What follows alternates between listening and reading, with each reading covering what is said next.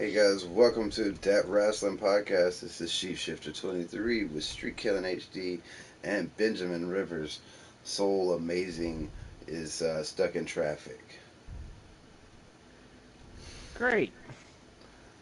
Soul is not gonna be here, folks. Not gonna be here. No, no, Yep. he Which is can't. gonna be a very He can't shame. make it. He So can't make it for filling the in. first ever 2K19 That Wrestling podcast. That's right. That's That's right. sad. So Triple H will be filling in for Soulamazin tonight. Oh, not Apparently. just any Triple H, the monster Triple H will be stepping in. Oh, is that so? Okay. So we're doing this one a little different today. We're not really going to be going over Raw and SmackDown. We'll cover NXT later, but we're going to jump right into things and cover Super Showdown 2018 in Oh Melbourne, yeah. Australia. Yeah, which Yeah, let's jump right into it. Special edition, if you want to call it that. Because really, if we covered Raw and SmackDown, all we would be like was, well, this match was filler for Super Showdown, or this was just kind of setting up that match more for Super Showdown. The only Uh-huh. difference and deviation from that was, well, there were some setups for the mixed match challenge. That was it. That was the only Yeah. deviation from that formula. So it's kind of redundant to even cover um, Raw and SmackDown. Mhm.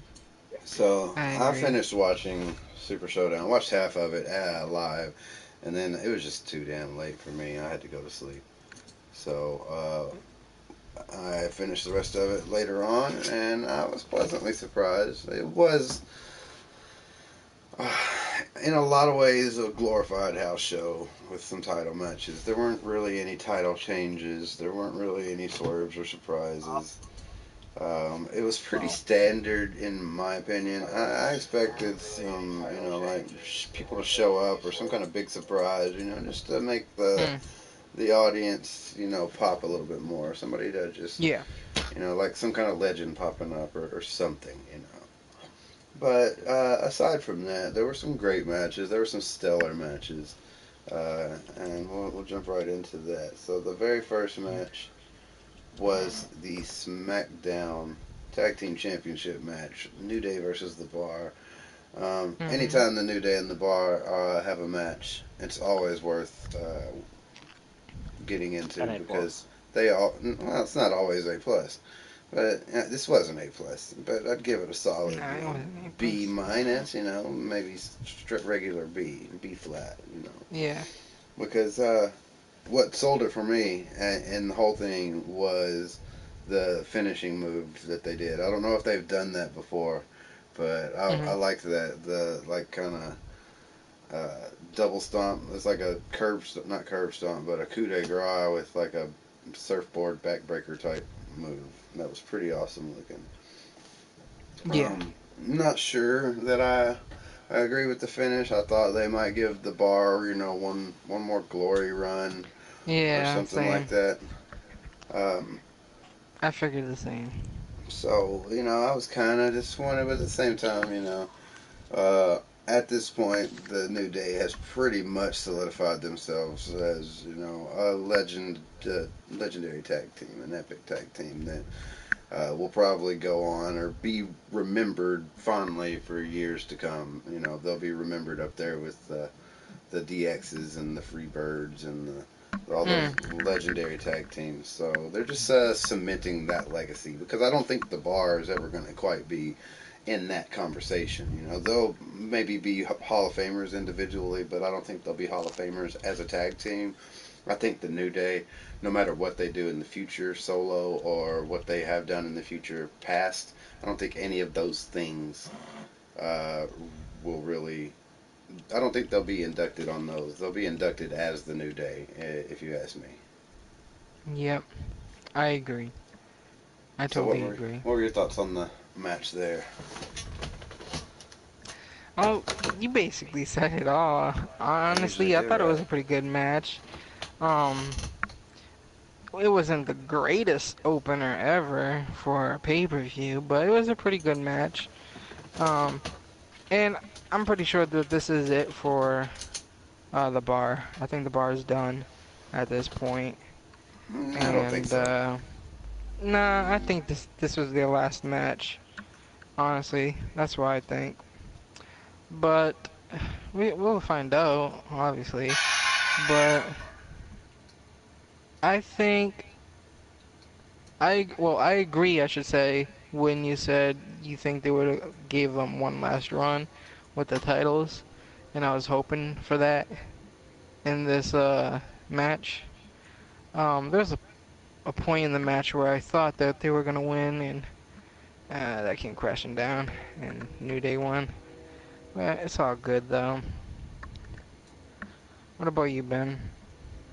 Oh, watching that match literally was I would definitely may have like say like B minus definitely, but yo, I actually still think like there could be like a chance that the bar could be splitting up. Like after that match, I think I just see the bar just splitting up. Going like their own separate directions. But yeah, yeah, but like in all up, it was good. It was a good match between Mm-hmm. the New Day and the Bar. Yeah, I agree. All right. So the next match was the SmackDown Women's Championship match: Charlotte Flair versus Becky Lynch. Uh, Probably the most intense rivalry outside of AJ Styles, Samoa Joe. Um, Yep. this one here had all the heat behind it that you could ask for. Not 100% sure what Uh, but it doesn't really so Yeah. we just lost Sheep. Yep. And this match He actually just ended by disappeared. disqualification. Yeah, So and this yeah, match we was have actually Charlotte versus Becky Lynch. Can you So hear me? yeah, this match was anticipated. We were waiting for this match because all the Hello. build up, all the you're cutting out there, Sheep. Oh, Um, yeah, you're cutting out. okay. What about now? You're good now. yeah, it's You cut Okay. out it's for a definitely good, while. definitely good. So That was really I was weird. gonna talk about it. Okay. So Mhm. yeah. Okay. Still good, right? Yeah, Yep, you're it's good. good. Okay. Yeah. Just completely odd. Yeah. I didn't mean to interrupt. I was just trying to figure out. Go ahead and cover this one, and I'll catch my breath. All right. So yeah, um, the match didn't go as I would assumed it would have went. But it actually went the way that it was a good way that how it ended because they got to show that Becky's really a heel. They got to put that out there, and the fans are still cheering her, cheering for Becky and whatnot. And I understand that, but I don't think this is still gonna help. The fans are always gonna cheer Becky. They're not gonna get like a boo reaction for Becky. Come on now. But having her win by disqualification by using her title and breaking up the figure lock, um, that was a good way to do it. And they had that before, winding up a little bit before she got the title and smacked her in the freaking leg or stomach or chest or Yeah, something it with was the it, leg. It was the the leg. leg. Uh, she dropped out of the ring, went to get her title, and she was gonna walk away. Something that some like the Miz would do. You know, it's like a good heel move. I understood that, but it's not like she was gonna get a boo. They weren't really Mm. booing her when she did that. They were just like there was mixed crowd reactions. I guess that's what we should say because that's what it was at that point. I guess they were probably expecting like a hard boo, like whoa no, what the fuck? No, No, get at back in the this ring. point they've got to realize that. I think at this point they're just sticking to their guns and they're going to tell their story Yeah. because Yeah. at this point it doesn't matter. It doesn't make one bit of difference what the hell they do. These people are going to cheer for. They would cheer for Becky Lynch if she pulled out a 9mm and shot Charlotte in the middle of the ring. Oh Okay, God, they Oh jeez. God. they would just Okay. they wouldn't even realize what had happened. They'd just be like, yep, yep, there we go.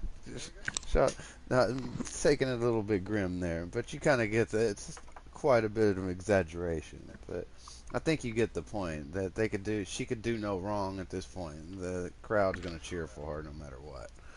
Uh, Yep. you can't turn her heel because they're just not going to respond. You can, you know, you can paint her up to be a heel all you want, but it's just not going to work. The crowd's still going to love her. Well, that's what I said from the beginning, and that's kind of why it's working better than Mhm. I thought it would have because of that reaction.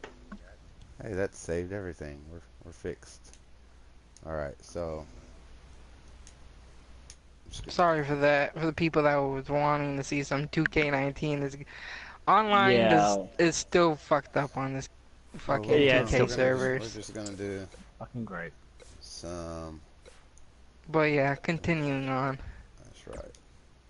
Let's do some rumbles. Yeah. What was the yeah, Becky Lynch and Charlotte. So, I think one thing that didn't really sit well with me was the with the finish was the hitting her with the belt didn't really look all that good. It looked Yeah, yeah, bad, if you know what I mean. It looked not yeah, cringy, but it didn't look like it was effective. It didn't look like it hurt for one. I get that he had to call a disqualification at that point, but yeah. I was just like, I don't know, man. Yeah. So No, I that was my agree. thoughts on that. It was a good match overall, and the ending kind of let you continue the rivalry and let that heat spill out. And Mhm. it let Becky lose and still get the upper hand and still retain. So Hmm.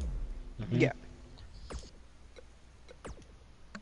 Overall, I thought it was a decent match. I thought it was pretty good for what the match was towards the beginning and before the ending. And I honestly think the ending was what they could have used. You know what I'm saying? They can't really go for anything else because they did basically, they already was doing stuff that, they would think they would get some boo reactions, like attacking Charlotte here and there, just ruthless aggression, and it still didn't help. So, they went what they went with. They went with their gut and sticking to their plan. Like you said, I agree. Good match overall. Um, it's gonna have to find out what happened next. Honestly, I want to see like a major brawl, like a non-stop brawl. That's what I want to fucking see. Yeah, I know on SmackDown there's gonna be a rematch between Charlotte and Becky Yeah, Lynch. that's Uh, just gonna end a similar way. yep. Watch. you think Oh, so? it definitely is. Yeah, Yep. just gonna end a similar way. If it's a no disqualification match, then no. But if it is if there is disqualification, Beckley is gonna win via via disqualification. Again, watch. I'm Yeah. calling it. Mm. GG. Okay, so the next match was Bobby Lashley and John Cena versus Kevin Owens and Elias. Oh. This is why some of this was like a glorified house show to me, because this really was like there was no reason for any of it. There was no story build up for any of it that was No, supposed to be done there besides wasn't no the story besides build the up. chemistry between Elias and KO, which is real and it's pretty interesting. I could see that dynamic being more entertaining later on. But as far as this was just to sell tickets with John Cena's name attached to it. Yeah, exactly. His It new should have been quote like unquote sixth move of doom is corny the and cheesy punch. as fuck. It looks like a bad Bruce Lee ripoff. Like he's trying What to do it's so. supposed to be, I don't even know if this is a real move or not, honestly, because I don't know Mandarin. It's But supposed. apparently, it's a Mandarin move. Apparently, from what what's his name was saying, not Cole, but the other one there. Corey Graves, Graves. Corey Graves. Yeah, Corey Graves. He was saying that it was a Mandarin move, and it actually has some history behind this because apparently, what's his name, John Cena was overseas in a With country, Jackie Chan. a Mandarin country. I don't know what a Mandarin country is, but he was chilling and he was training over there and whatnot, and he was learning some stuff from Jackie Chan supposedly as well and whatnot. And so there was some story behind that move. And honestly, you may say that that move may seem like not like it doesn't hurt anything, but you got to realize some of those moves that those foreign people use, like I'm not trying to be racist or anything, but Japanese people, Chinese people, how the ninjas and samurais, they could have these simplest moves that would just knock you out or put you to sleep.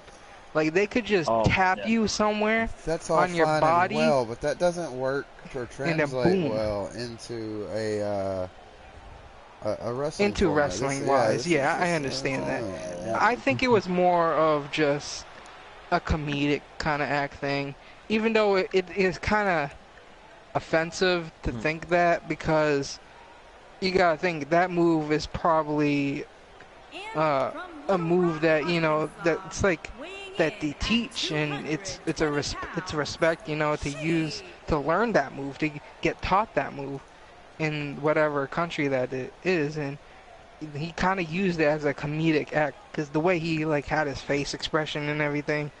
I understand that, and I understand what you're saying. You know what I mean? This crowd is ready to get this battle royal underway.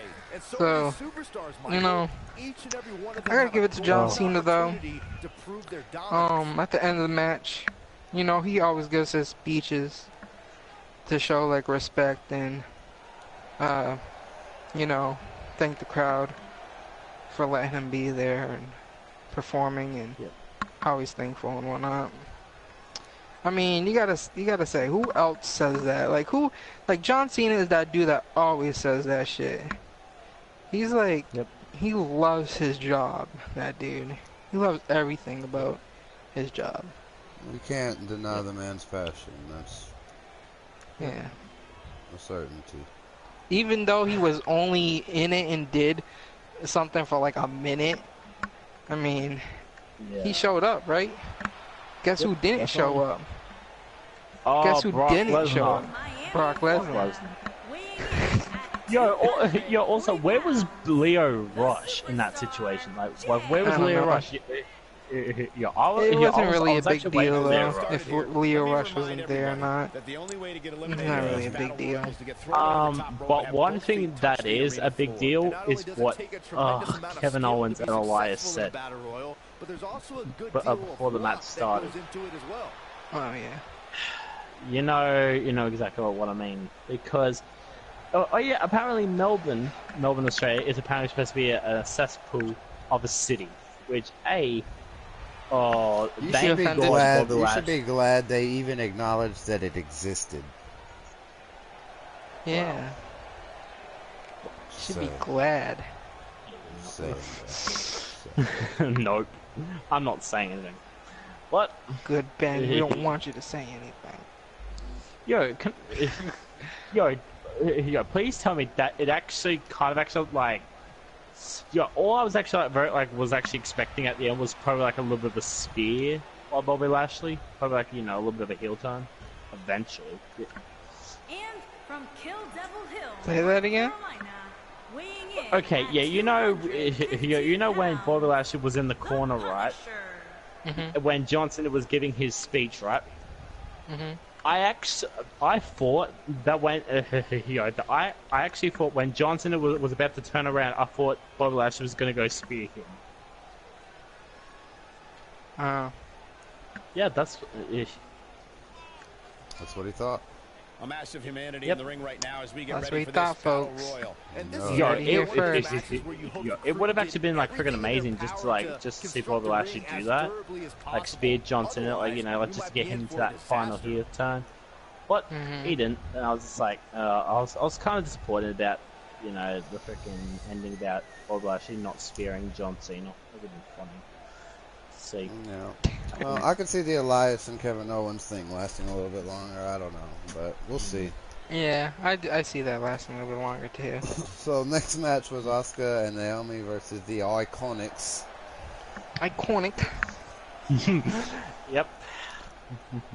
Ben couldn't contain his joy as the Iconics defeated Naomi and Asuka.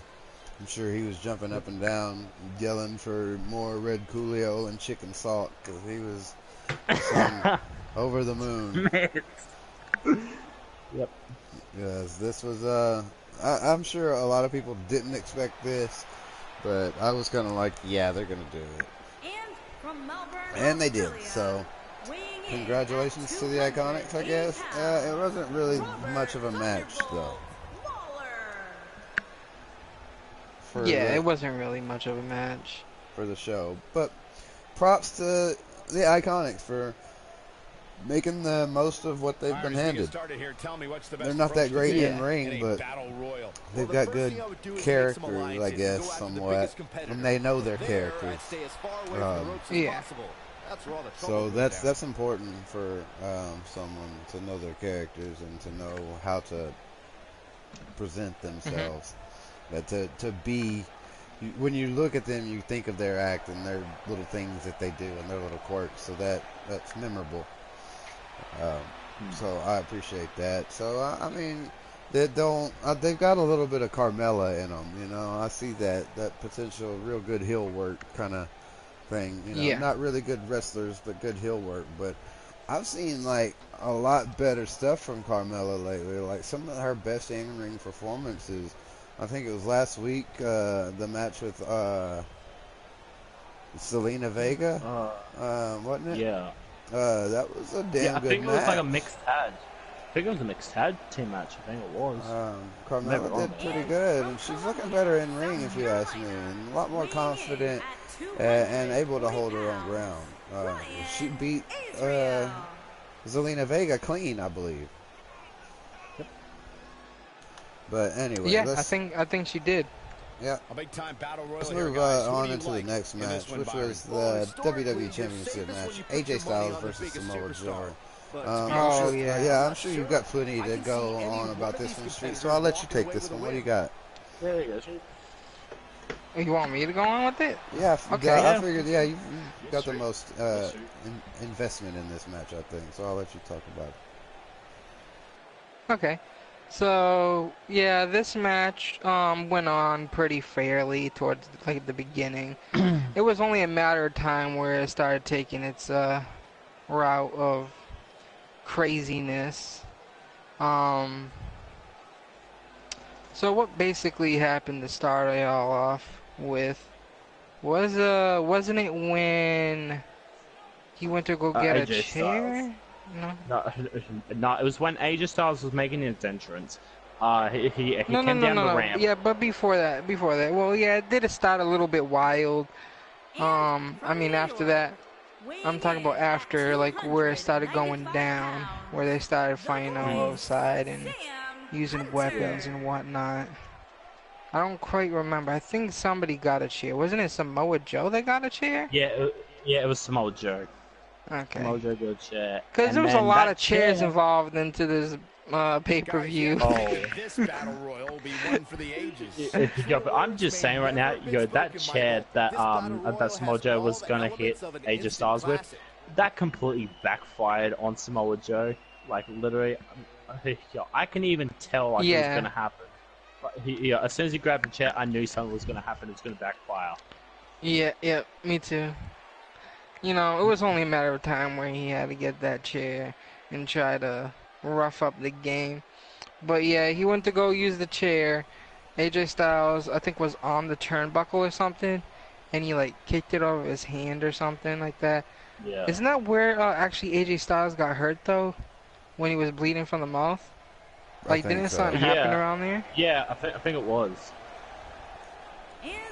I don't quite remember when he started bleeding from the mouth, but there was something that hit him in the mouth, and it made him start bleeding from the mouth. But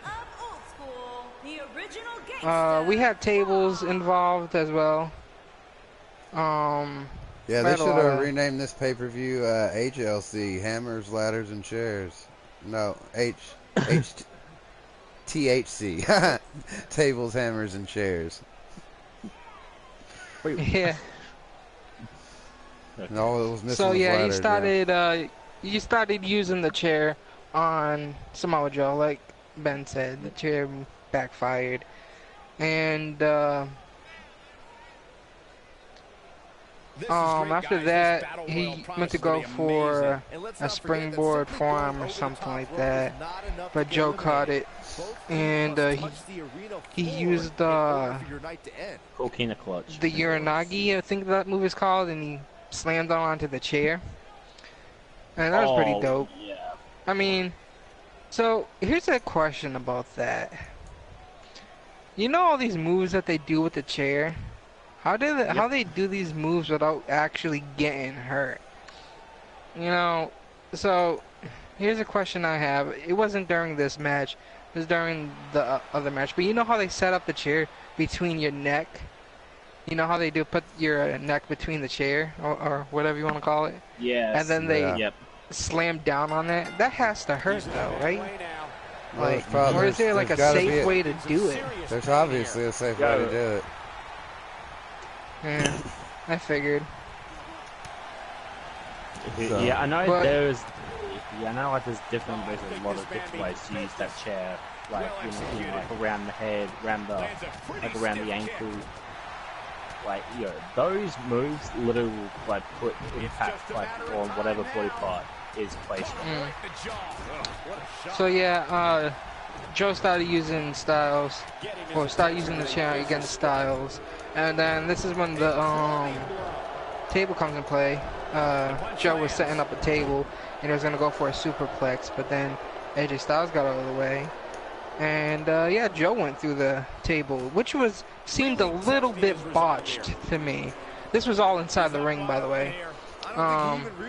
It took place in like the corner, towards the corner. He had the table set up there to do the superplex in the ring, not outside the ring, so people didn't know. If you don't know, I don't know why you're here, because you're getting spoiled. But yeah, so it seemed a little bit of a botched move, because it seemed like AJ Styles took most of the damage.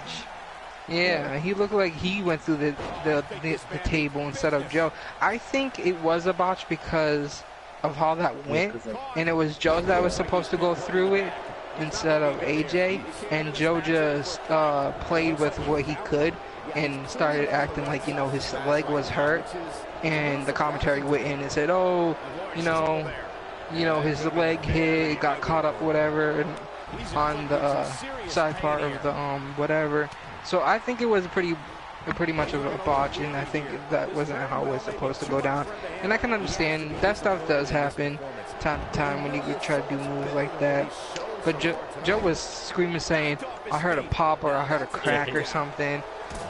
And yeah, this is where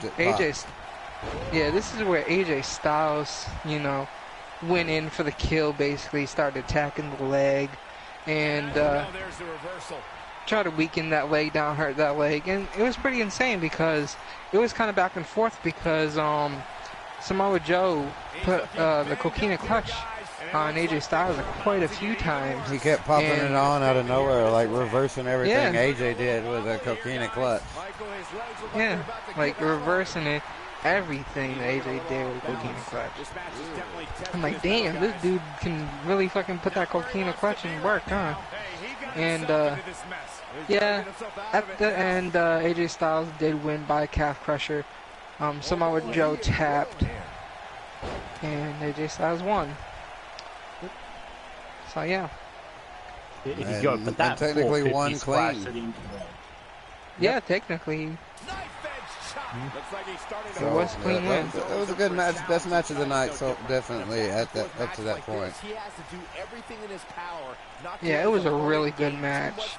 Like, so I'm not trying to say no offense to the last matches, but I wasn't too fond of the Iconics match. I wasn't too fond of the Kevin Owens and John Cena and Bobby Lashley match and whatnot. But the Charlotte and Becky was pretty good, and so was the New Day, and the Bar was pretty good. So yeah, they gave some life. And up to the next one, which was, a boring fucking match in my opinion. And, well, not the end. The end made it worth it. Okay, not the end. Okay, that one maneuver at the end. One moment made it all worthwhile. And I'll say, All it takes is one good moment. If you have one moment that makes me remember that double armbar, like, made my day as far as, I was like, okay, Ronda, you got a little bit go. I'll take that. That looked awesome. Yeah. And I will say that I think Bleacher Report said something about it, but Liv Morgan did look better than she had in the ring in a long time. She looked effective. Apparently, the concussion didn't bring her game down. That's good. So, but yeah, the double arm bar was good. Everything else was kind of eh. Yeah. Meh. They did a good thing of not letting Bree fucking botch mode freaking take a lot of time in that match. But what she was doing in the match, she didn't botch anything, but she didn't look good. So we'll go ahead and go right into the next match, which was the Cruiserweight Championship match. Well, you didn't say what happened, though. You didn't say how Ronda Rousey the double armbar. Okay, double armbar, but like how into who? Some people might have not watched it. Oh, yeah. Well, she did one on Liv and Sarah, wasn't it? Yeah. Yeah, on double armbar, like cross their arms like X's for one across each other, and double armbar on both of them. It looked wicked. So it was awesome. And we actually also had some like miscommunication between Nikki Bella and Ronda Rousey from the start of the match. Yeah, just so they'll set up a title match at Evolution. Yeah. There's your winner, folks. The last But yeah, there's that. And then now we can move on to the Cruiserweight Championship match.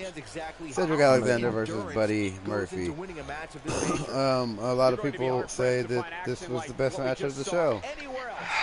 It is.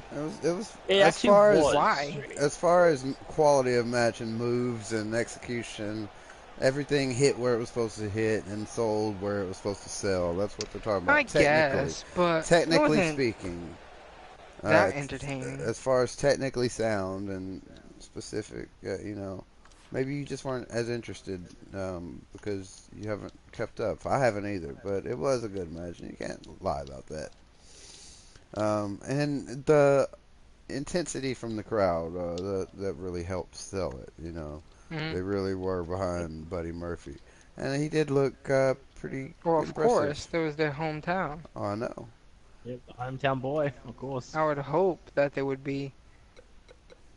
But he looked pretty impressive. Yeah, impressive to me. I was impressed. I guess it was a decent match, pretty good match. Yeah. So, obviously, Buddy Murphy came away with the win, becoming the new champion. And that was, Yep, new champion. And that's good, because, there haven't really been many champions in 205 Live right now. There's been, like, 4 in, like, the 2 years that it's been on. It feels like 2 years. I don't know how long it's actually been on. But there haven't been many champions, and it feels like there's not very much diversity there or something like that. And they also need more than one championship. You can't have a whole show based on one championship. That's true. Yeah, any thoughts on this one, Ben? You said you were pretty impressed with it. Definitely was. Like this match,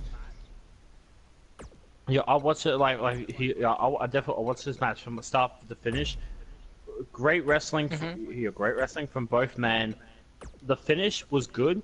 Like the hang on, let me just check this right now. He had the whole lumbar check, like reversal from the lumbar check to the pump handle driver. That was definitely like so good. I was like at the edge of my seat, as soon as Cedric Alexander actually hit the lumbar check, I literally thought it was going to be over. And then when he kicked in, I was just like, oh my god, we may be getting another champion, and I kind of actually thought that like how Cedric Alexander won in his hometown. I really thought I really thought so. Like in the back of my mind, I literally thought that Cedric Alexander was gonna win this match. Just to rub it in. That Buddy Murphy cannot win in his hometown. But Buddy Murphy. I'm definitely happy for Buddy Murphy to win and become the new cruiserweight champion. Congrats on him. Like, he has come so far. A lot of opportunities he's had. He has, fell down, but now he's new cruiserweight champion. I want to see what happens next week on 205 Live. Maybe there might be a rematch. Probably. Who knows? I don't watch it. Well, I think we just found a job for Ben. He's going to be our 205 Live guy. You did a good job covering that, Ben. Great job. Mm-hmm. Yep.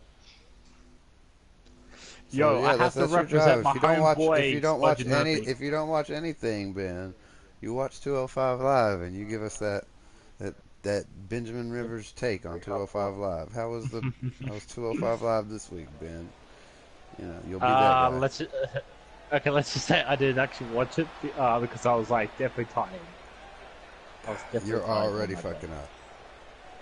You just started. Alright. Because I didn't watch was NXT. So the next match was one of the big sellers of the whole thing was the Shield versus the Dogs of War or whatever, the Braun Strowman and Dolphin Drew. It was a pretty good match. Really intense. Good stuff happening throughout. They make a good pairing. The two teams, the trios.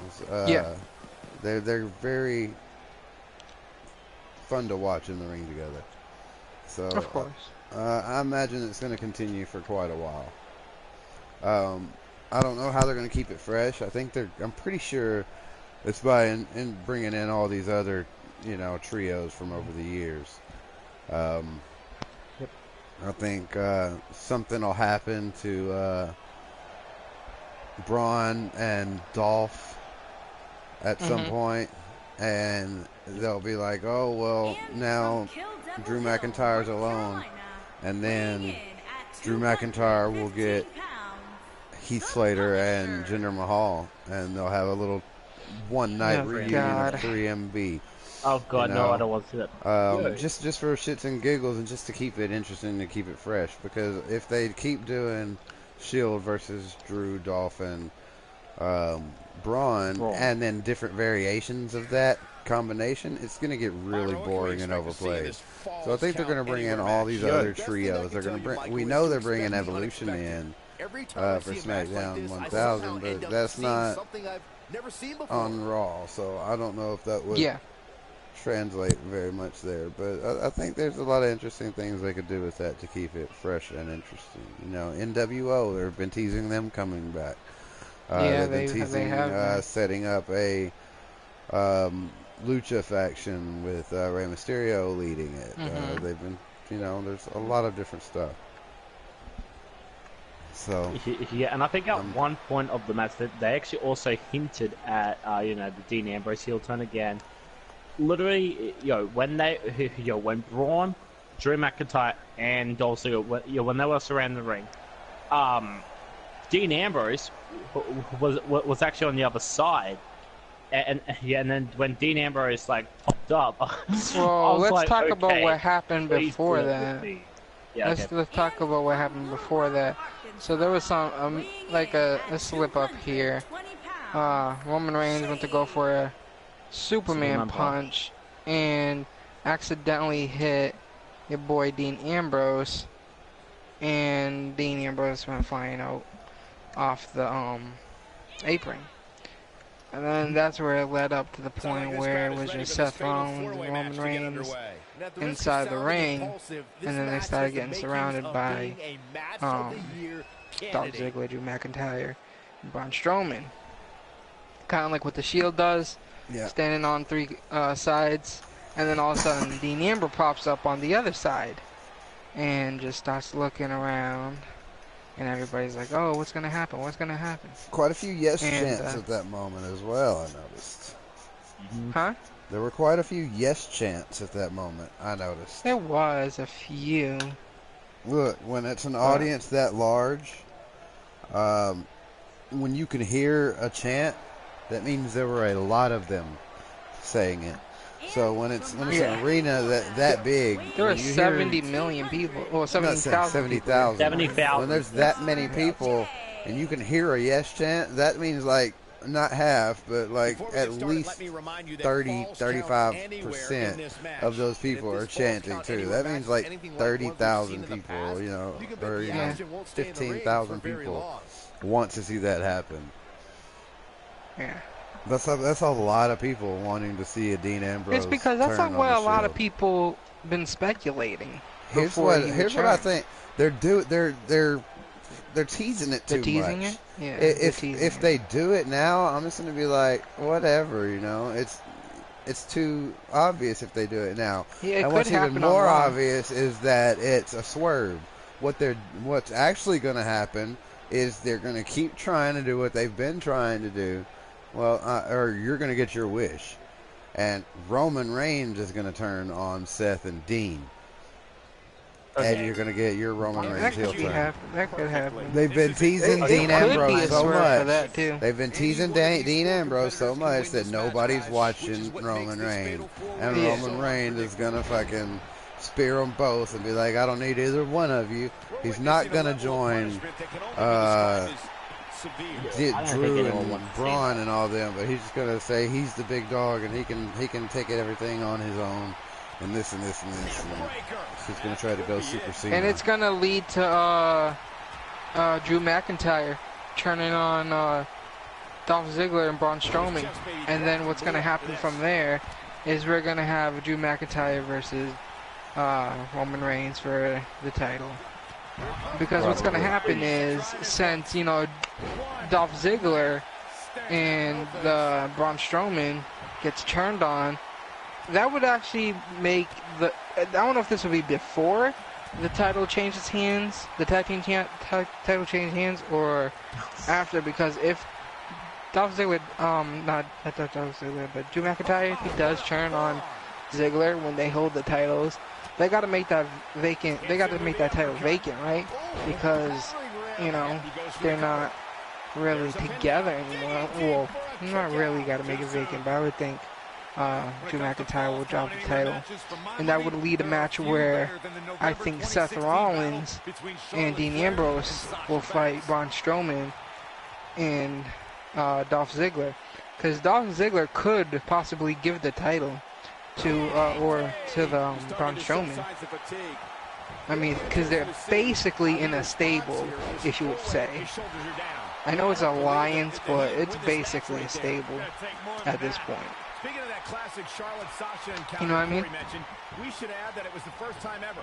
And he Hello? breaks the hold. But look at him. Yeah, I agree. Yeah, I'm still here. You guys like scaring me. I'm like, what happened? What happened? What happened? We're losing. I thought it was really good, and I agree with you. That seems plausible. Yeah. Could have happened. Yeah, maybe. So the next match was Daniel Bryan the next match versus The Miz. This was this was an amazing match. Stole the show. This match was 5 because they were stars. unsatisfied how it ended. Yep. I think they maybe were like, we can't have this show go like 6 hours, so we've got to hurry up here. From what we've seen and heard tonight, They give it F because how it ended. I don't give it an F. I mean, it was there for a reason, I think. It was there to give Daniel Bryan a little bit of a ha-ha. And he can rub that in The Miz's face, I'm sure, you know, like, you know, I just beat you in like 3 minutes, you know, what are you talking about? Get this shit out of here. I can understand why they give it an F, but there's a meaning behind this. Yeah. Because Okay, this is for a future title shot. This doesn't mean at the next pay-per-view or at WrestleMania. This could mean at any point in time that Daniel Bryan No, can it's have not a a Money in the title Bank. shot. It's not a Money in the Bank. No. title shot. Listen. It's not a Money in the Bank. Not like he can call out and be like, yo, I want this title shot now. But this is just a guaranteed future title opportunity.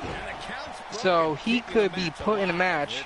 They could write him in the match with whoever holds the title, write this whole thing up, and like it's just there. I think it's placeholder, honestly, because if you think about it, we already know Samoa Joe has a future champion.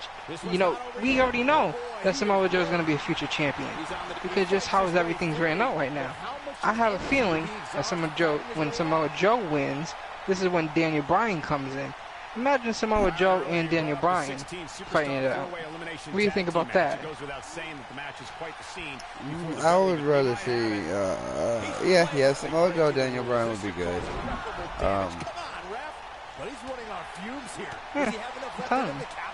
Really but good it was to see. but it was also announced, I think after the match, that at Crown Jewel, which is actually happening in Saudi Arabia on the 9th. It's at Crown Jewel, apparently. Yeah, we're going to be getting Daniel Bryan versus AJ Styles for the WWE Championship. And a lot of people I are still think thinking it's now going to be that Samoa this Joe. could end up in a fatal 4-way match. People are, I don't think AJ Styles speculating and Samoa Joe is done yet. I think they're going to have a rematch. I see a rematch coming up. Samoa Joe and Do AJ you Styles. actually suck see for like Daniel Bryan. this could happen at a fatal 4-way match? Because that's what a lot of people are a little bit speculating about, a fatal 4-way match between Daniel Bryan, Styles, Samoa Joe, and The Miz. But Miz lost like fairly. It could happen. So It could happen, though. That's the thing. It could happen. yeah. Takes him down with a Luthez press.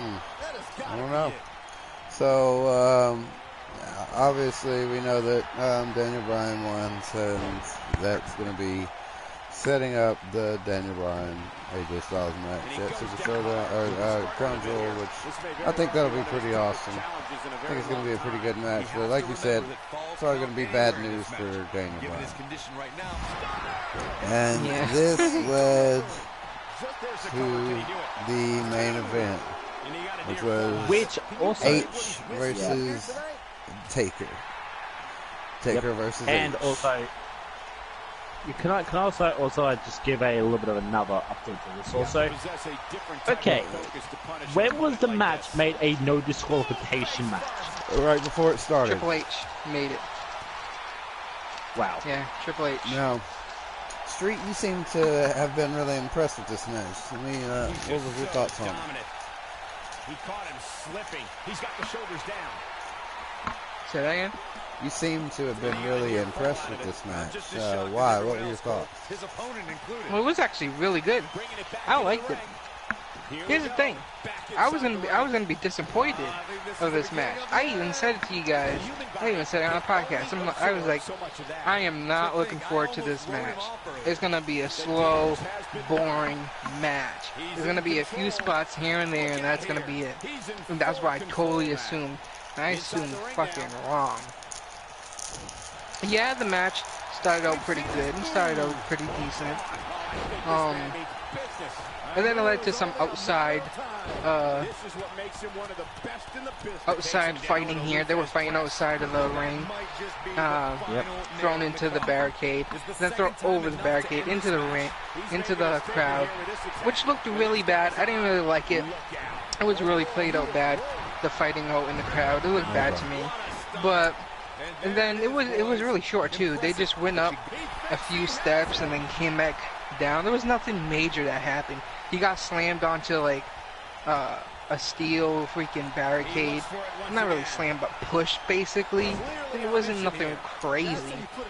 Like, you know how they usually do with like they do crazy shit on the outside. They would either put him through a table and do this and that, and they would do crazy stuff. But then that didn't really happen. But yeah, they came back into the ring, and there was moments in this match where Shawn Michaels tried to interrupt and Kane tried to interrupt. There was a part where they were Triple H and Shawn Michaels were trying to set up a table. I don't remember if this was before or after. My memory's that bad. But they were setting up a table, and Kane actually got put through that table. Instead of who they wanted to put through was Undertaker. And this match was pretty good because there was a lot of action in this match that I didn't expect to happen. Because we look at all the previous Undertaker matches that we've recently gotten. It was nothing like that. It was all boring and slow, and you know, one tombstone, one choke slam, and that was it. And I understand, you know, he did fight Rusev and whatnot, but still, I guess it makes sense that this was, you know, going to be the last time ever Triple H versus Undertaker, so they kind of had to go all out. And I was just, like I said in the beginning, I thought there was going to be a few spots here and there that was going to make it worth it, but the entire match, instead of for a few shady spots, like I was saying, that whole thing with the fighting outside and whatnot. And I hated how Shawn Michaels was trying to interrupt Undertaker, but he was so scared of Undertaker at the same time. And it just felt really cringy to me, because there was a part where Undertaker was swiping off the stuff from the announce table, and Shawn Michaels was like trying to lean in, trying to stop him. Like, he was scared to like touch him, and he backed away. Yeah. And yeah, it was kind of cringy to me. I didn't really care for that. And he did that a few times. In the part where, you know, so speeding up here, there was a chair involved, of course, and you know, Triple H was using, well, Undertaker was using a chair on Triple H, hitting him in the back, and Shawn Michaels comes up to the apron, and he's praying and pleading to Undertaker to stop doing what he's doing with the chair. And this whole time when Undertaker was just going off on Triple H, Undertaker was pointing at Shawn Michaels and basically telling him to get up on the ring, and saying like, come on, and shit. Like, they were just basically trying to get Shawn Michaels to get in the ring. And he also said that he was next at one point, because what happened was, after all that, this is rewinding a little bit, after all the shit that he did, hit him with the chair and whatnot, hit him with a tombstone, he went to go in for a pin, got broken up, well, not broken up, but got kicked out, and then that's when Undertaker just punched the referee in the face, bro. I was like, damn, savage. And that's when we went over to Shawn Michaels, is like, you're next. And he just started. That was a throwback. He's done that before. Yeah, I know. Okay. He's a savage, is what I'm saying. I Like, who else is gonna thought fucking that was straight a up little punch cheaper a as referee? reusing it, you know, just for a cheap pop. I mean, well, you know, it's the last time they're gonna do something like that, so might as well. Well, for the last time, had, do something original, you know? Yeah. But it was back and forth, this match. Triple H did take control of this match. And then he started using the chair on Undertaker. And then he did that move where I was talking about earlier with the chair, where he put the neck between like the chair, the seat, and the back of it, and he would jump onto it and whatnot. But yeah, you know, things happened back and forth. There was also Sledgehammer involved. We had your boy Undertaker with a chair. Your boy Triple H was going to use the Sledgehammer on Undertaker. Triple H went to go, I think, try to hit the Sledgehammer with a chair. Just like slap it out of his hand with a chair, but then it kind of backfired, and he got a whole lot of cheer in his face at that point. And then, well, kind of skipping through it because it's a really long match. This match was really long. We had a House Gate applied from Undertaker, and this is where Triple H was still holding on to that sledgehammer, and then Triple H started choking Undertaker with the sledgehammer to get out of the House Gate, and he tried to go for a tombstone. Undertaker tried to go for a tombstone on Triple H, but then Shawn Michaels came in with the sweet chin music, and Triple H hit him with the sledgehammer. And, yeah. Triple H went in for the cover and won. And then after this, we had a little moment of where we had a little bit of gratitude and a little of sportsmanship, and they shook hands and they held each other's hands up until we thought this is where it kind of churned, where Undertaker went and beat up Triple H, and he went after Shawn Michaels. Kane was also involved. He went after Shawn Michaels. They used the announce table and put a choke slam onto Shawn Michaels. And for those that don't know, if you pay attention in matches like this, if you see anything set up in the match, if you see any wrestler set anything up in a match and they have not used that item yet, it's going to be used. So I already knew that that announce table was going to be used because they always use everything that gets set up. Like, there was the table that was set up and that was out there for the longest time until it got used. There was a chair that they end up using that was just out on the floor, and the announce table got used at the end. And I'm like, oh, this is where, you know, Undertaker choke slammed somebody through the table. It's gonna happen, and it was Shawn Michaels that went through it. So that was that. Well, you made all the points that I was worried about. I was gonna like call you on, if you said it was such a good match, I was gonna call you on that outside stuff. I was like, man, that stuff on the outside was pretty cringy. That was bad. Especially with the rope or whatever, where he was like trying to choke him. Oh, I forgot about that. And he couldn't get it right, and like Triple H just finally was just like, you know what, fuck it, and just like took it off or something and made it even worse. Yeah. I was like, oh god. So that, and there were times where Undertaker was clearly winded. Oh yeah, you don't say. You could hear him gasping at sometimes on those close-up shots.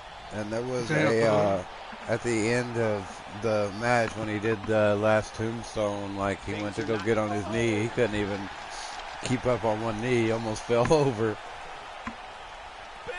So, I mean, it was more than I agree with your assessment because based on previous expectations, it well exceeded those expectations. So, I wouldn't give it an A or anything, but a B+. Yo, Bleacher Report gave it a C-. They're stupid. Don't listen to them. I don't know who's paying these guys, but they're dumb.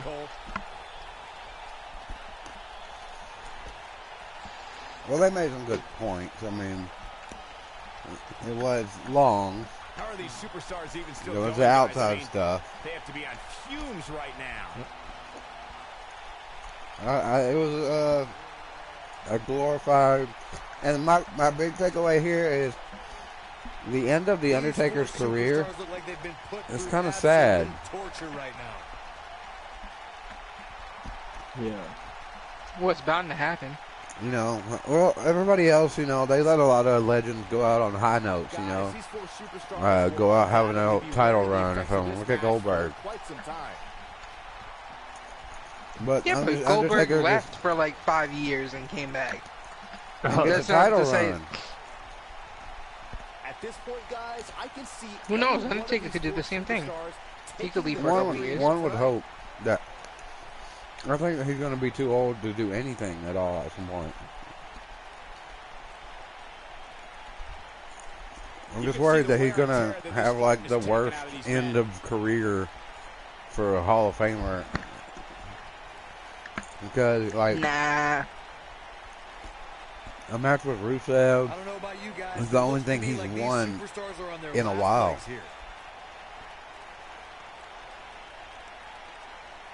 Every other pay-per-view he lost to Goldberg, not Goldberg, he lost to Brock Lesnar, and then he lost to, who was it? Roman Reigns, right? Yeah, lost to Brock, lost to Roman, now lost to Triple H. I think the brothers. Yeah, but this was not at WrestleMania. Yeah, but this was not at WrestleMania, though. Just saying. An amazing match so far, guys, but it looks to me like we're possibly nearing the end here. So, still some glitches here. 2K19, apparently. Yep. Well, you gotta look at it this way. Hold on. So, you gotta look at it this way. Undertaker, he's a legend, right? He's won. Damn it. I was drinking and went down the wrong tube. But he's won more pay-per-views than any wrestler, like they were saying. And he was on a hot streak at WrestleMania. So does it really matter if he does end his career ends by losing a lot? He's won more in pay-per-views than any wrestler, and he was on a hot streak at WrestleMania that got ended. It was bound to happen, but there's a lot already to his name, so you know, having his career end just by losing all these matches or having some, you know, shitty matches here and there, it doesn't really, I don't think it's going to affect him, is what I'm saying. You know what I mean? Gotcha. It's like, what more you want from him, you know what I'm saying? It's like, he's already done a lot of good shit. What do you want He has from me? accolades. He has accolades that nobody has. You know what I mean? Yeah. Gotcha. You know, people can say, oh, we want one more title win. We want one more WrestleMania win. Come on. But that can happen anytime. You know what I mean? It doesn't even have to happen, too. So, I'm not mad. That match was pretty good. If that's his last match, I'll accept it. Yep. Okay. So, any other thoughts or opinions on Super Showdown? Overall opinions, overall thoughts?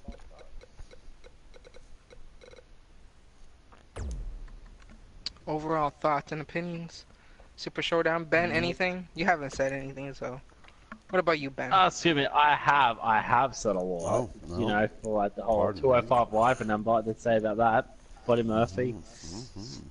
But you didn't say anything about the Undertaker match. Yeah, but like, you know, yeah, I think we all kind of actually knew, like, you know, it was 10 to happen, like, you know, Undertaker like losing to Triple H. But only problem is, you know, if Undertaker actually would have won, yeah, because I know Mark, I think it was Corey Gracie said this. Yeah, how would Triple H feel? Like, you know, like you have to go into, you know, into work next morning, like, you know, yeah, just like the next day, and actually, yeah, and you know, like, yeah, all because he just lost at, you know, at Super Showdown against the Undertaker. Yeah, how would he feel? Like, and I was just like, what the hell are you even talking about? It doesn't matter if he loses or what. He gave it his all, and that's why I respect about Triple H and the Undertaker like so much. Both those guys deserve to be Hall of Fame worthy. Like, I'm saying this right now. The following contest is an extreme Uh-oh. Drop my controller. Weighing in at 290 Yeah. Okay, yo, do you think that this match between Undertaker and Triple H, do you think it's going to lead up to finally seeing DX versus Brother Destruction at Saudi Arabia? Yes, Ben. That's kind of obvious. Like I don't want to. I don't want to see it because you know okay. You know, want to see four like, old men seeing wrestle each other? Okay, now we're actually now about to get a question about this. Back so to you, you know, these four, they have literally have done everything in their career. All they now need to do right now is just retire and go straight into the Hall of Fame. Like, yeah, that's all. That's all I'm just saying right now. Yeah, these four, yeah, they don't even have nothing much in the tank left. Look, I'm sorry, Shawn Michaels is back. There's no such thing as retirement. There's no such thing as retirement. There's no. I held out hope with Shawn Michaels because when Shawn Michaels was retired, he stayed retired, and now that's even gone out the window. So there's no such thing as retirement. It's like somebody dying in the comics. The only way you retire, the only way you get out of WWE is you die. It's like the Crips. You don't get out. You ain't getting out. You die. You're on the hook until you until you go take the long way home. You know what I mean? It's over. You're gonna die, or you're gonna retire, or you're not gonna retire. You can't retire. It's just not possible. Just give it up. No such thing. Think about Undertaker. He just continues to get better with age. So yeah, that was Super Showdown. I'll go ahead and cover NXT real quick because that's the only other thing that's kind of even really relevant. And I'm just really gonna zip past the other stuff. I'm gonna skip past Candice LeRae and Lacey Evans because it was fairly standard stuff. Nothing real crazy there. The Forgotten Sons had a squash match with some 3 random guys just thrown together. But I didn't realize that one of the Forgotten Sons was Blake Murphy, who used to be from, not Blake Murphy, but he used to be from Blake and Murphy, the tag team that were champions on NXT like 2 years ago. But yeah, Blake is one of the Forgotten Sons, so I didn't know that. That made that team a little bit more interesting to me. They look pretty cool. So then Johnny Gargano versus Tony Nese. Tony Nese came from 205 Live down to NXT for a match with Johnny Gargano. Pretty good match, had the crowd into it. Half of them chanting Johnny Wrestling, the other half chanting Johnny Failure. But Johnny Gargano won. And seems to maybe have gotten back some of his Johnny Wrestling swagger. I don't know. We'll see. The main event was Lars Sullivan versus EC3. EC3 had the advantage for quite a bit of the match and pushed Lars Sullivan into the stairs and had opened up like a big ass little cut / whelp on the back of Lars Sullivan's back, like a whole bunch of red on his back. Damn, son. Looked pretty rough there. It wasn't, nothing like the leg meat hanging off like Randy Orton had. Oh, God. Oh, that shit. But yeah, Lars Sullivan his back was looking pretty worked over.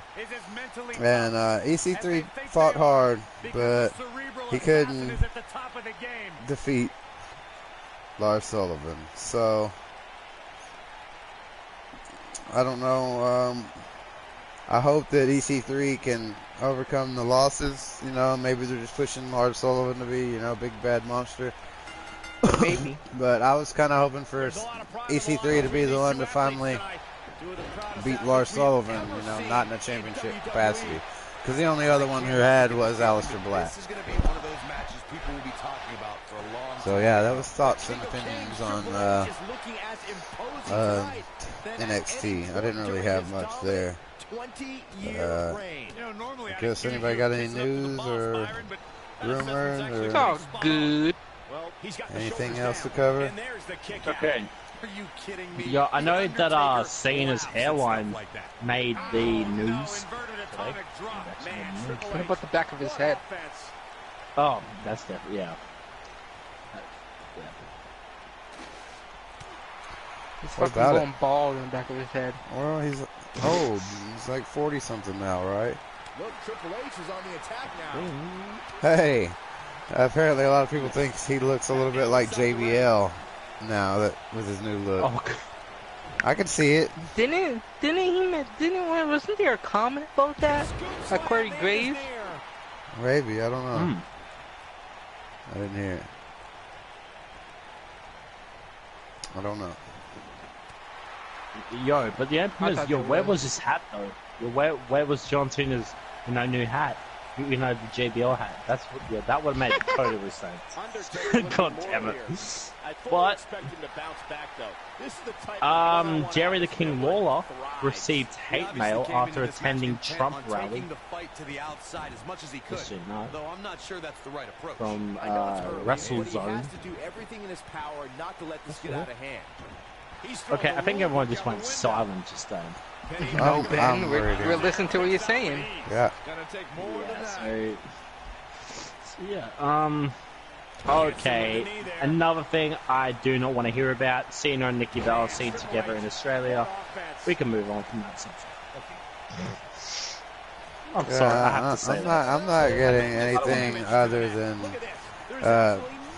Brother Destruction versus DX supposedly coming up and all that stuff. Hang on. You guys actually want to talk about one thing on Raw, though? You guys want to talk about actually two things on Raw. How Alexa Bliss screwed up her promo. Oh, yeah? Oh, I seen that. Literally. What did she say? It was about the thing about Trish Stratus. How she was talking about back in the day where she was used to be watching Trish Stratus. She was like 8 years old or something. But apparently she don't know fucking math and she want to be 8 years old then. So I think Alexa Bliss is younger than me. Probably. I think she's like 25 or some shit like that. She's pretty young. But she messed up her promo. Don't know math. Don't know maths. You think we'll see Brock Lesnar Monday?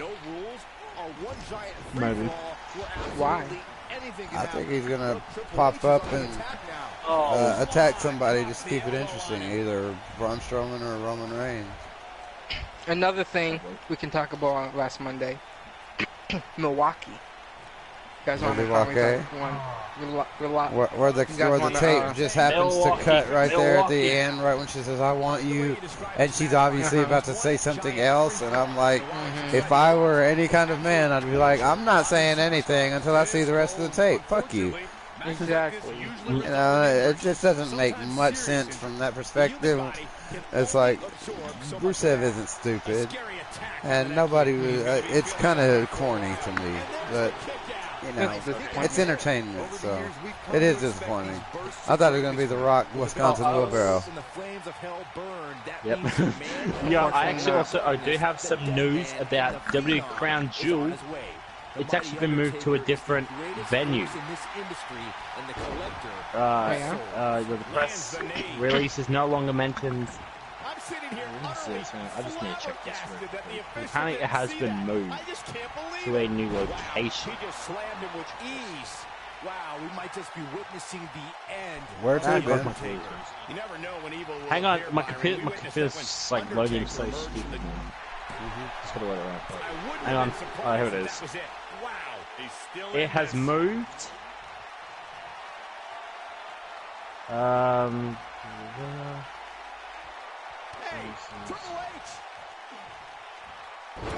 Damn, Ben. Game, set, shoulders on the mat. Hang on. How long it take you to get Yeah, this I put information? yeah, I put it in Discord for you. So I look at.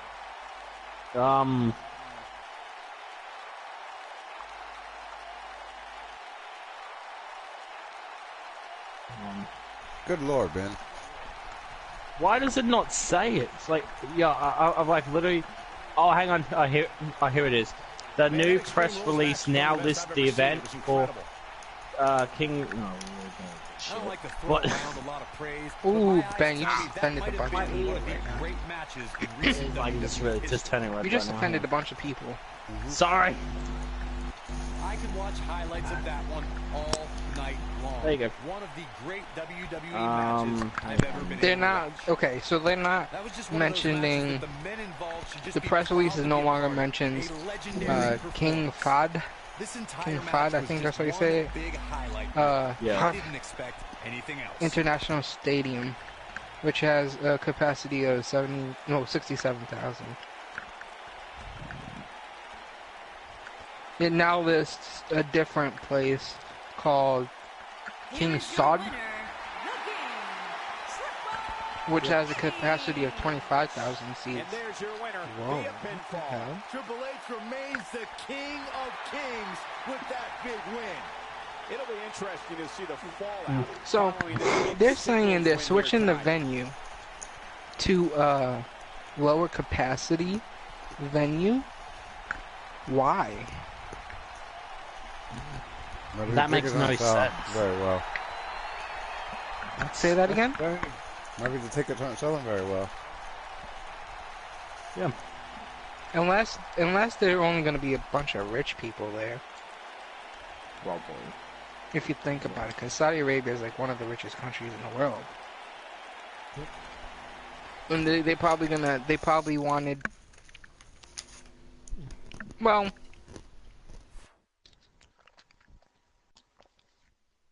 look at the name. Crown Jewel, right?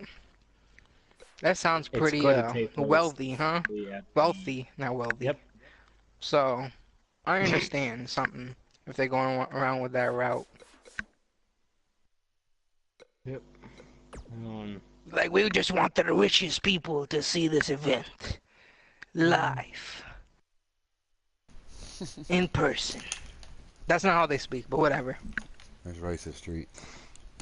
That is racist. Completely racist. I'm sorry.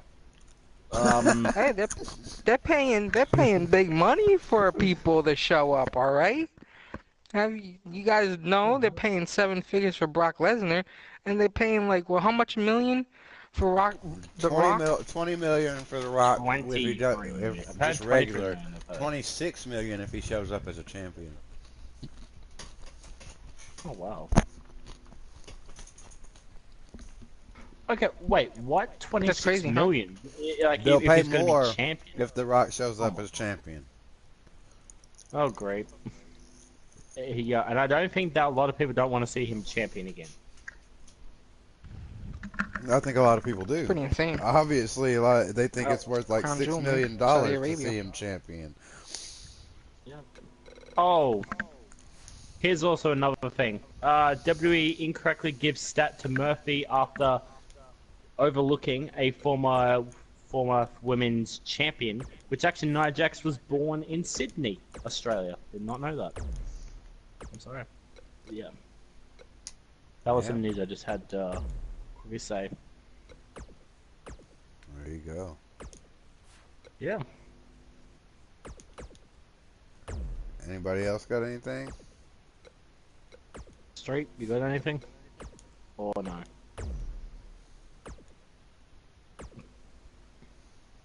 Street? Say that again? I think. Got anything? Okay. Anything else here? Oh yeah, I put this in Discord earlier. Well, not earlier. I think it was yesterday. Was it yesterday? I forgot to mark I don't it even down. know what day it is right now. Jeez, but I don't know if you saw it because nobody commented on it. But they're supposedly WWE Network is gonna have tiers now. I read something about They're that gonna have elsewhere. they're gonna have a $5 tier, a $10 tier, and a $15 tier. So Oh, the I see it only now. I see more it. expensive tier that they're gonna have is the $15 one. Oh, great. The $15 one's only gonna have like extra shows, It's like gonna have indie additional matches and perks stuff. to it. They didn't say anything yet, and they didn't really say anything here. It just says the other tiers include a cheaper $5 offering that it says limited pay-per-views. So they're probably just gonna have. I feel like the $5 ones are just gonna have the newer pay-per-views instead of the older ones, and then the regular one is gonna have all the older ones. You know what I'm saying? Did we talk about Neville? I think On the the podcast? $5 one's gonna have all of them except for like that special one, like the Crown Jewel, Super Showdown. Maybe not even. They might even not let them have Takeover or something. Probably. I mean, you can't say they're just doing this for money. If it depends though. It depends what kind of perks you're gonna get with the $15 one. If they're taking something away from the $10 currently tier, or the only tier there is, if they're taking something away from this tier to add it to the $5, I mean the $15, then yeah, you can say it's money wise, but if they're just adding something on, then I understand how it's not really a money move. It's about having options. Yeah, if Because- they add a lower and a higher and leave the middle alone, I completely agree. They can do whatever they want. Leave my middle package alone.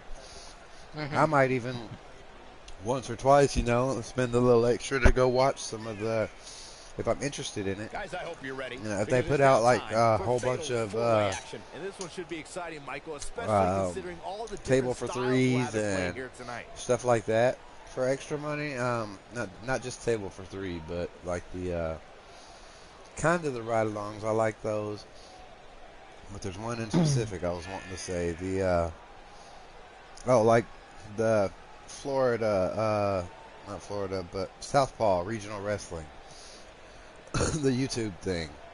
They were talking about making more of those and making like a series of those.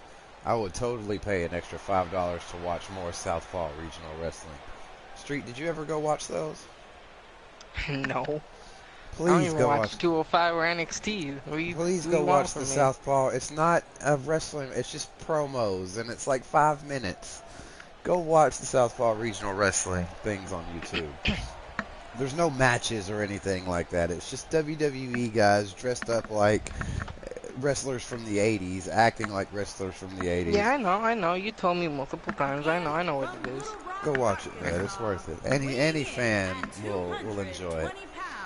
It's super cool. Ben was saying something before we start talking about Ben? the Yeah, did we talk about Neville NXT thing. on the Oh last? yeah. No, we Nipples. didn't. No, we don't talk No, we about didn't talk nipples, about man. it. That's Coming up, gross. guys, That's this is we'll not get in your trouble. traditional tables match. This is a But fatal yeah, October four-way 2nd, tables match. Just when you thought the Neville tables returned match to couldn't get Dragon any more Gate. dangerous, we went and made it a fatal four-way. I love it. I don't know if we ever talked about Cody Rhodes winning the IGWP United States title. Did we talk about that? Say what? I don't think so. Yeah. Yep, Cody Rhodes making big money moves. I'm joking, but yeah, he did win it. He's the new IWGAP, I think. And Japan Pro IWGP. Wrestling. weighing in IWGP. Yeah. Yeah, there we 40 go. pounds, Right. superstar Jay. So, one thing that I would say Byron, is what does a that competitor have to do to succeed in a tables match? I don't know. Yeah, I think that's it for news-wise. There wasn't really much that news going around. You guys want to talk about the good defense? Unlike other environments in a Talk about tables what? match, one wrong move WWE could be 2K19? the end of your night. Yeah, what do you think of it 2K19. so far? What are your thoughts? No, what do you think about it? I haven't played much. I haven't played much either. As far as gameplay, I've had 3 actual matches. I just get on online mode and I play with Sad Toby and see if I can troll people and make them laugh. Yeah. I hope Sad Toby's not what got me in trouble. One of the aspects of this type of match which makes it so interesting is that it can lead to the formation of unlikely alliances. Just another thing to have to worry about when you're competing against 3 give your opinion superstars on all at the same the time. general base of 2K19 of what you played with so far. Creation Sheet, has not been bad. improved. The creation suite has been improved, but there weren't many new things added. It's still the same stuff from last year, and maybe 1 or 2 different things that were just different current WWE Superstar outfit changes. There weren't any new cool things. There were a couple new materials added in materials that you could play with. That was kind of interesting. The mirror, the copy thing, where you can copy a glove and have it mirrored. That saves a lot of time from last year. Makes it a lot easier to create. Creation is kind of a lot quicker, especially with the random thing. I don't know if you've used random yet, Street, but on almost everything, almost on every option, from face to form, is where you get the different faces. Because one thing that I hate is every superstar looking the same, because everybody just pretty much picks that basic face and they don't mess with it. And it's a lot of work to go in there and change a face. But now you can go to face to form and you can just click the stick. I just changed the eyebrows, the eyes, the facial hair. Yeah, now all you do is go highlight face to form. You don't even have to go in there. You just highlight it and click the stick where it says random. I think it's click the left stick, or it might be right. But you just click the stick and it'll random. And you just keep clicking until you get one that looks normal. And it doesn't take long. And you get a different face every time. And you can even do that with full attires. You can do it with height and weight, bodies. You can do it with any single option. Gloves. If you want to just random boots, you just go hit random. You can randomize the whole outfit. You can randomize little parts of an outfit. And when you randomize the whole outfit, the colors match. It doesn't just throw a whole bunch of clashing colors and stuff. It'll make a color scheme. So it's pretty neat, and I really want to play with that, especially for creating other people's CAWs, because that can be really time consuming. And I'm down for any shortcut I can find. Yeah, I'm actually messing with that right now. It's like one of the most crazy things I'm seeing right now. Oh my god. Heck yeah, this is definitely better. I think the things I've actually got into so far, my career, and just a couple matches after. I've also got I've also done towers and stuff. Yeah, I need to get into the towers mode, and I need to start doing some of the other mode stream. I'm probably going to do another creation stream. Well, maybe not, because I don't think I have many other people to create.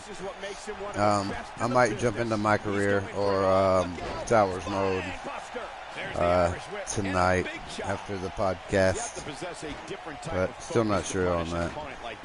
I'll figure it out. Anything else that you liked about 2K19 that you've been using so far? I haven't really been able to use the payback system. So I try can't to use it here and there. The payback system, it's useful at certain points. Yeah, for some of the stuff are like that. But I've used so far. What I used is hold up. Let me go look at it real quick because I'm in the game as well. I haven't, like I said, I haven't really used it that much because you gotta find a point in time to actually use it and activate it. It's kind of a little bit of time consuming, and you gotta do it at a certain point. Like there has to be a little bit of free time. I don't know about you guys, but I'm playing on hard currently with computers, and If you played on like Legend on 2K18, you know they don't back off on you. They keep going at you, keep going at you. They don't just stand there acting retarded. Well, sometimes they do if it's broken, but it's kind of hard to get the time right to do it. But yeah, the ones I've used is instant recovery. That one's a good one to use. The reversal one is really nothing crazy. You just earn a reversal. Yeah. We got the auto reverse. I've used that, which is basically once the thing fills up, all you could do is hold down R2 and it'll reverse some minor attacks. And you can't reverse any major like you can't do any major reversals, just like minor stuff. It's decent here and there. The possum I used once. It was alright, I guess. Okay. There seems to be some kind of glitch with the trophies not working for some people. Yeah. I think that got fixed today. Peter, what's up? How's it going?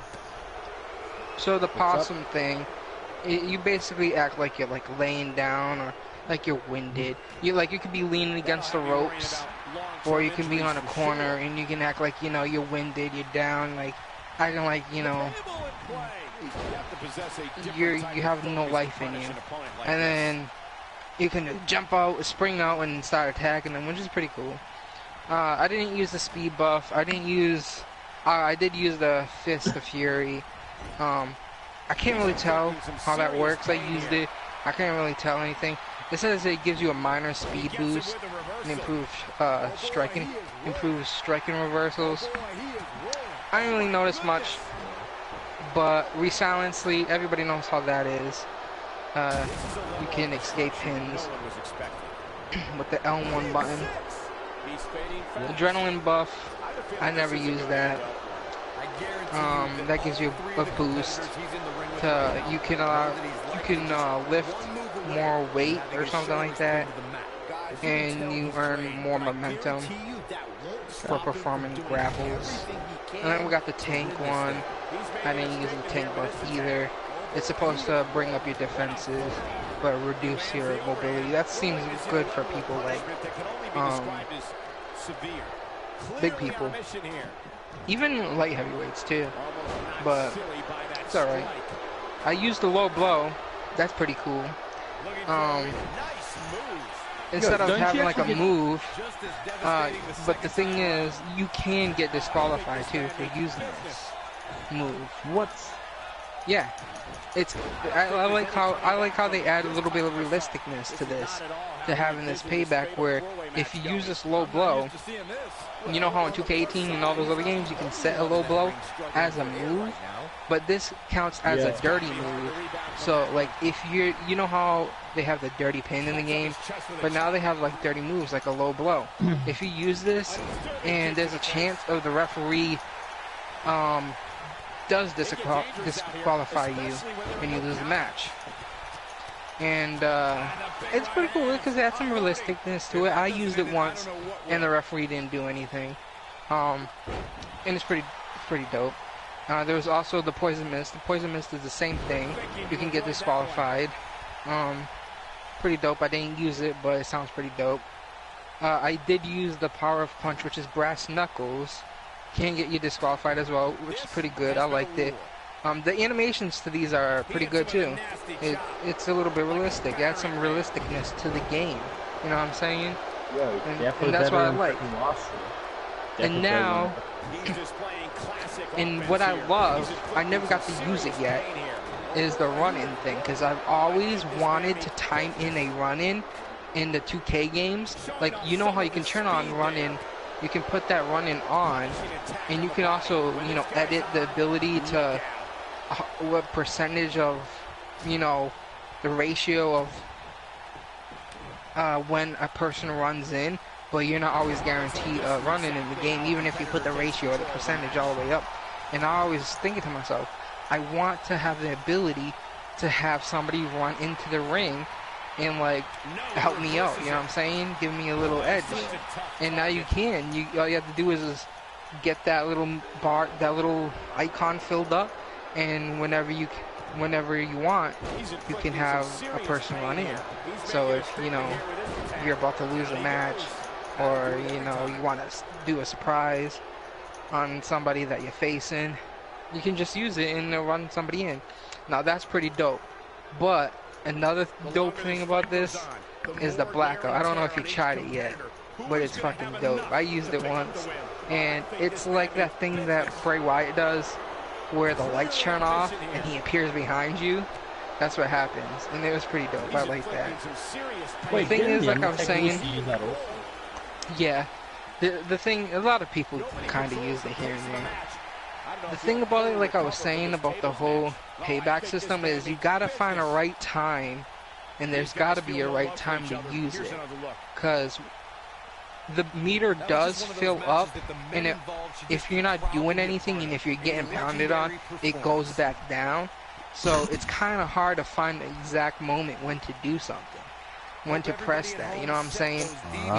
When it fills up, it'll stay filled up until, you're not doing anything or you're getting pounded on. And I think that only counts for the pink one, not the yellow one. I might be mistaken, but I've seen the pink one go down multiple times, and I was like, wait, why is it going down? And I realized I'm getting my ass kicked, and I see it go back up when I give them their ass kicking. But that's the only problem there. And I think there's a way to modify this. So, I think it's by you can do the momentum as fast, and I think that will fill that meter up faster, just like getting finishers faster and whatnot. So there's a lot of customization in this game, and I like it. I was telling you yesterday, Sheep.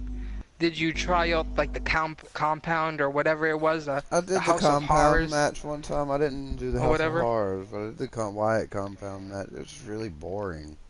Yeah. I think I don't think it's the House of Horrors. I haven't seen the House of Horrors match. I think the House of Horrors. I think you have to unlock it. I think the House of Horrors. I'm not even sure. I don't think you can unlock that. I think it's in My Player.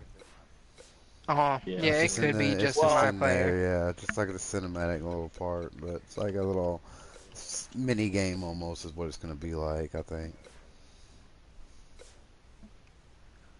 Yeah. So. But yeah, though, like you were saying, the compound thing you were saying was boring. There's not much to it. I agree. I was saying the same thing when I accidentally bumped into it. I was gonna do a backstage brawl, and I was going through the settings, and I'm like, I wonder if they have a venue for SmackDown now, and because it's always been on Raw, so I wanted to see if I could change it to a different venue. And it gave me an option for that compound thing. I'm like, whoa, no one told me this. And I'm like, okay, let's try this out. And yeah, it's kind of boring. All it is you're outside of Bray Wyatt's like house where Sister Abigail was or whatever. And there's a couple of cars around, but there's like weapons laying around. But there's nothing you can really do there. Like, you can slam your opponent against the car, but you can't do what you can do in the backstage brawls where you slam them onto the car, and then you can bash their head in, or you can get on top of the car, or you can, like, powerbomb them onto the car. You can't do that. It's stupid. I think maybe if they do, they should add, like, a patch or a fix or an update where you're able to do that. 'Cause there's not much movement either. But at the same time, I'm not gonna complain because they're giving us something different other than the standard backstage brawl, which looks the same as the previous ones, other than the textures. It's just the same layout. A little minor changes, but it's the same thing, and it's boring. I was hoping they would do something different, but that's that. So what are your thoughts? What did you like? What are you impressed with? Your take. Well, I did say I really like the payback system. That's really good. I want to enjoy it as much as I seem like I would be enjoying it, but like I said, there's a certain time and spot you could use it, and most of it you only could use one time. And I don't know if there's anything in the settings that where you can put it as using it multiple times. Haven't looked through it yet. But other than that, I like how there is now 8-man fatal 4-way for tag teams. Oh yes. So now this has been a long awaited feature to come back. Is this if you go into an 8-man match, Long right? awaited? It's never happened. What do you mean long awaited to come back? It's never happened. Yeah. You can never do 8-man fatal 4-way tag matches.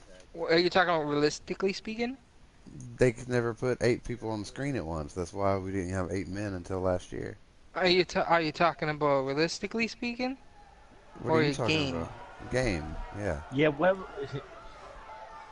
Yeah, 8-man. Yeah. Are you Well, saying, okay, I'm over exaggerating. Ladder I'm over exaggerating. Yeah.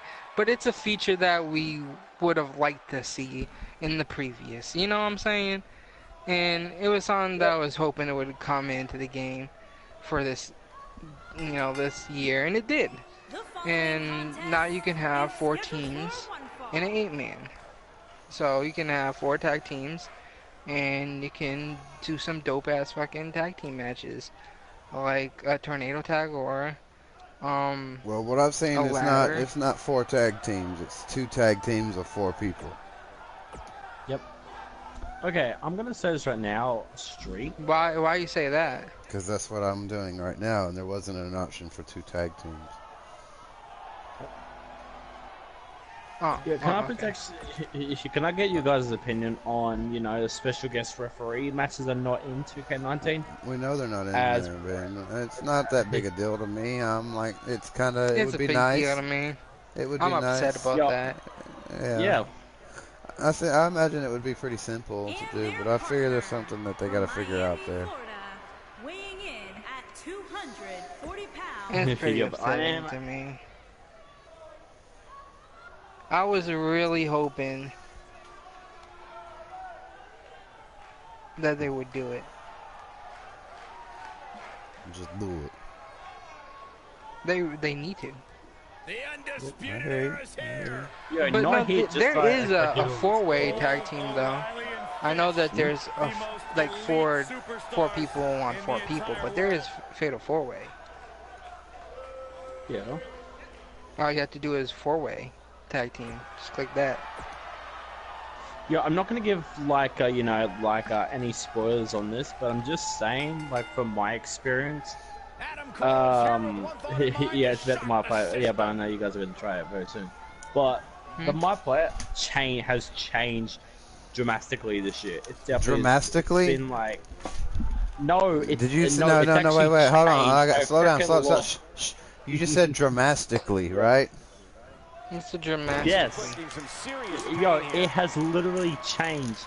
It's much better than freaking my player. Is it dramatically better?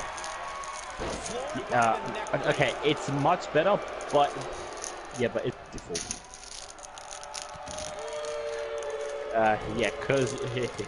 Cause in in our whole showcase mode, there's objectives. Yeah. Yeah, I don't want to go in into too much detail with it.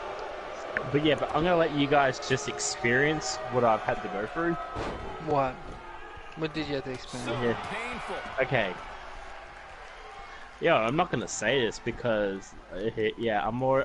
Let's just say I'm already up to the human body 5th chapter of the game. But I don't think he expected to be in this position here. That's why I'm not spoiling it for you guys. Okay, you don't have to spoil it. Yeah, I get you. That's good. The international acclaim Adam Cole received. Yeah, being a good friend, not freaking spoiling it unlike other people. That's right. So another feature in the game is a 5-man match, and it is what it is. I mean, if there's a few times here and there where I wanted to do a 5-man match in WWE, and I couldn't. So yeah, 5-man match. And now another feature, game mode is female Royal Rumble. So now we can do female Royal Rumbles. GG. Thank fucking God. Yeah, and we've even had big head mode, which is actually very hilarious in some matches. Now you can manually turn it on in the game setting. There's another thing there that I saw was fair play. I never knew what that is. There's nothing that describes what fair play means, but it's a mode. I don't know what it does. If anybody knows what it does, let me know. Nope, I don't even know. I'll look it up. Let's try it. Yeah. Let's look it up. Fair play. Fair play mode. Yeah, and I also know in my play that you guys can actually join factions. Like, you know, like, do you mind if I just tell you like the factions you could join for my play or no?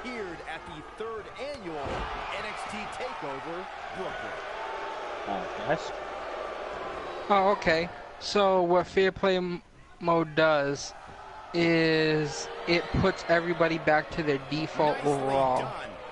And it puts everybody back to their default settings. So if you went in and edited everybody's overalls and all this moves and stuff and whatnot, it basically just puts them back to normal. It's like, you know what I mean? Yeah. That's all it really basically does. Gotcha. That's a nifty little feature, because here's the thing. You would probably have that moment in playing this game where, you know, you win in the game and you edited a bunch of shit in the game, and then, you know, you're like, damn, I really wish I can go back and just put them all back in default, but then I don't want to go back and put them back into whatever I had it. So all you have to do is just switch it on. So basically you have two settings right there. So it makes it easier for you to not worry about, you know, oh, if I change all these people's stats, then I have to go back, and if I want to put them back to normal, I have to do it all again, one by one, this and that. And it's a good setting. I understand why they added that. Okay, I actually... Good setting. Okay, this is actually like during like the whole month. But yeah, but this is actually just yeah, I just want you guys just to like, you know, like just keep up with the rules. There are factions in my player. Valkyrie, yeah. DX, yeah, everybody knew there was going to be faction. New World Order, 4 Horsemen, Sanity, the New Day, and the Shield. Okay. Yeah. So what do you guys think about Triple H's monster attire? Oh, monster attire? Sorry. Kind of looks.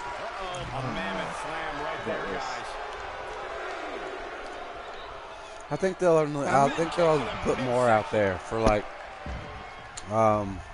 challenges or something. They don't have a Road to Glory, do they? Or is it in my player? They do. They do have Road to Glory. Okay.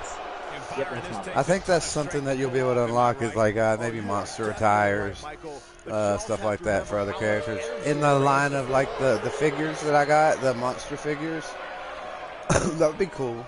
If I got like the Vampire Undertaker and the Demon Asuka. Cool. Did you go see Baron Blade's attires? Mm-mm.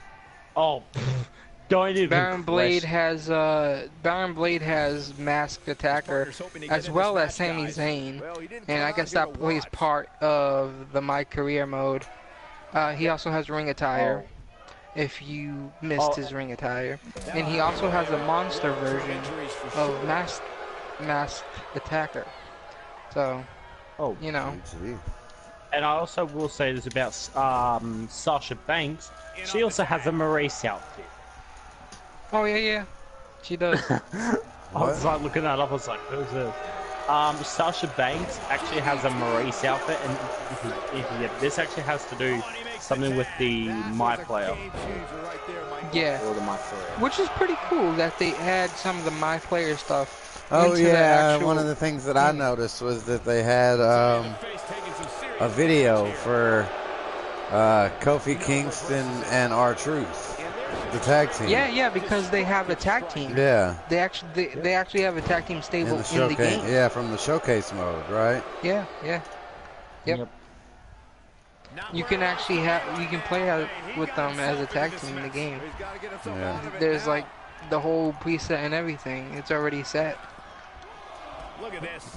I think this is the beginning of Which is cool. I like how they add that stuff in there. Also go look at Cole Quinn. If you haven't looked at Cole Quinn in the players, he has a bunch of attires. He has the BCW attire. He has his Black Hole attire. He has his NWO attire. Apparently he's a parody guy, and he plays part into the My Career mode. This is what I've been told, because I was thinking, what the hell? Who is this guy, and why does he have all these attire? He has like the Warrior attire. He has DX attire. He has Sheep attire. Yeah, that's the Bray Wyatt, the Wyatt family. Apparently, he's like a parody character or something like that.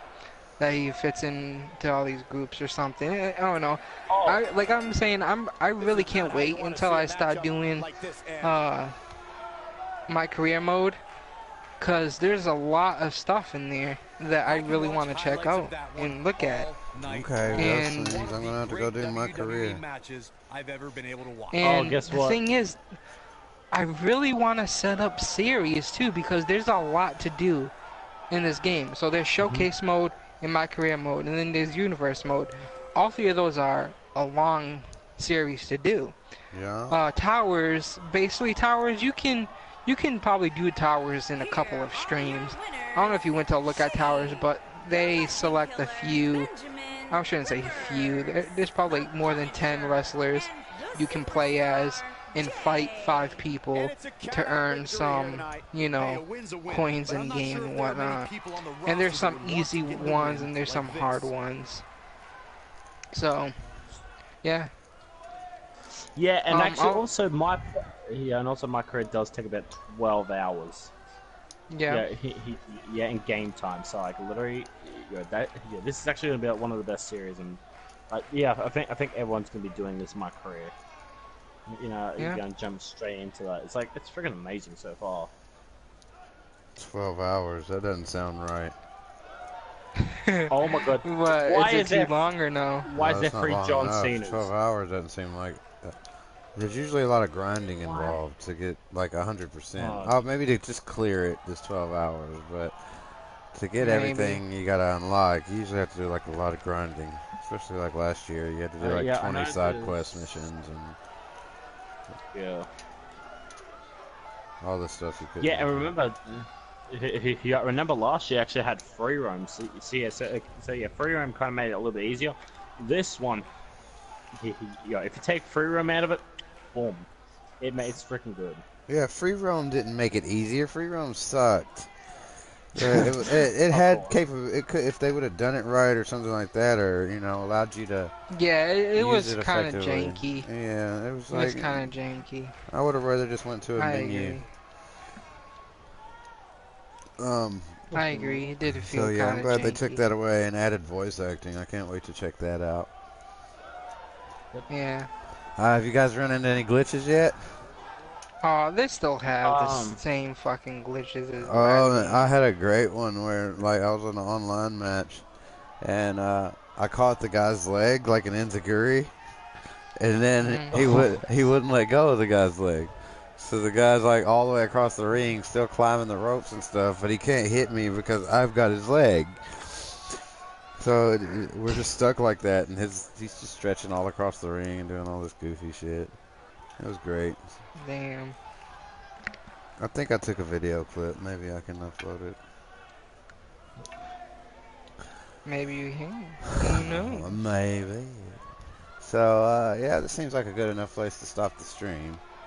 Thanks for tuning in to Dat Wrasslin podcast, guys. Be sure to check us out next week for same time for the usual Raw, SmackDown, NXT coverage. Ben will be providing his expert analysis of 205 Live, right, 205 Ben? Live. That's right. Yes. He's going to watch 205 Live. Oh, yeah, and actually also, hopefully the servers are actually really well done. Hopefully the frickin' servers be fixed next week. No, they're never gonna fix the servers. 2K servers always been shit. Alright, guys. Thanks for tuning in. Catch us next week.